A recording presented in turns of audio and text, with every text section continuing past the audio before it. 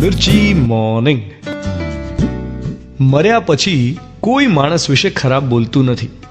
કોઈ માણસ ગુજરી જાય ને એના પછી રેરલી એના વિશે ઘસાતું સાંભળવા મળે.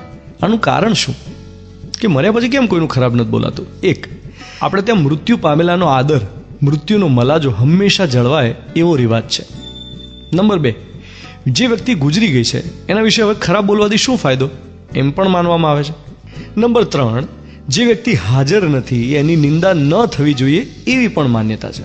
અને નંબર 4, ઘણાને ડર હોય છે કે જે ગુજરી ગયા છે એ ભલે ફિઝિકલી નથી પણ કદાચ અદૃશ્ય રીતે હાજર હોય તો આપણે ખરાબ બોલીએ ને કદાચ એ સાંભળી જાય તો આપણું કેવું લાગે ને એનો આત્મા દુભાય એમ માનીને નિંદા ટાળવામાં આવે. કબ્રસ્તાનમાં જઈને કબર પરની તખ્તીના લખાણ વાંચજો તો તમને ગુણોનો ભંડાર વાંચવા મળશે. બેસણાની જાહેરાતો વાંચવાની ટેવ ખરી તમને?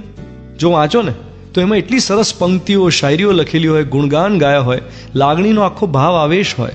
મૂળ મુદ્દાની વાત એ કે ગુજરી જનારને કંઈ ફરક નથી પડતો. ફરક પડે છે એમને જેમને મૂકીને ગયા છે. ગુજરી જનાર વિશે કદી કોઈ ખરાબ બોલતું નથી. એ હોય ને ત્યારે તો એની સાથે લડી લીધું હોય, કોર્ટ કેસ કર્યો હોય, આર્ગ્યુમેન્ટ્સ કરી હોય, એની નિંદા કરી હોય, એને હર્ટ કરવાનો ટ્રાય કર્યો હોય, પણ કોઈ ગુજરી જાય પછી આમાંનું કશું થઈ શકતું નથી.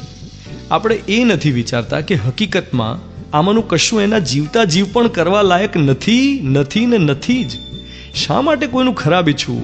શા માટે કોઈની સાથે લડી લેવું, એને પછાડવાના ધમપછાડા કરવા? એનું જે થવું હોય થાય, આપણે કેમ ખરાબ થવું? કહે છે કે તમે જેને દુશ્મન બનાવો છો સમય જતાં તમે એના જેવા થઈ જાઓ છો. મિર્ચી પર હું છું Dhvanit. Think about this. Good morning.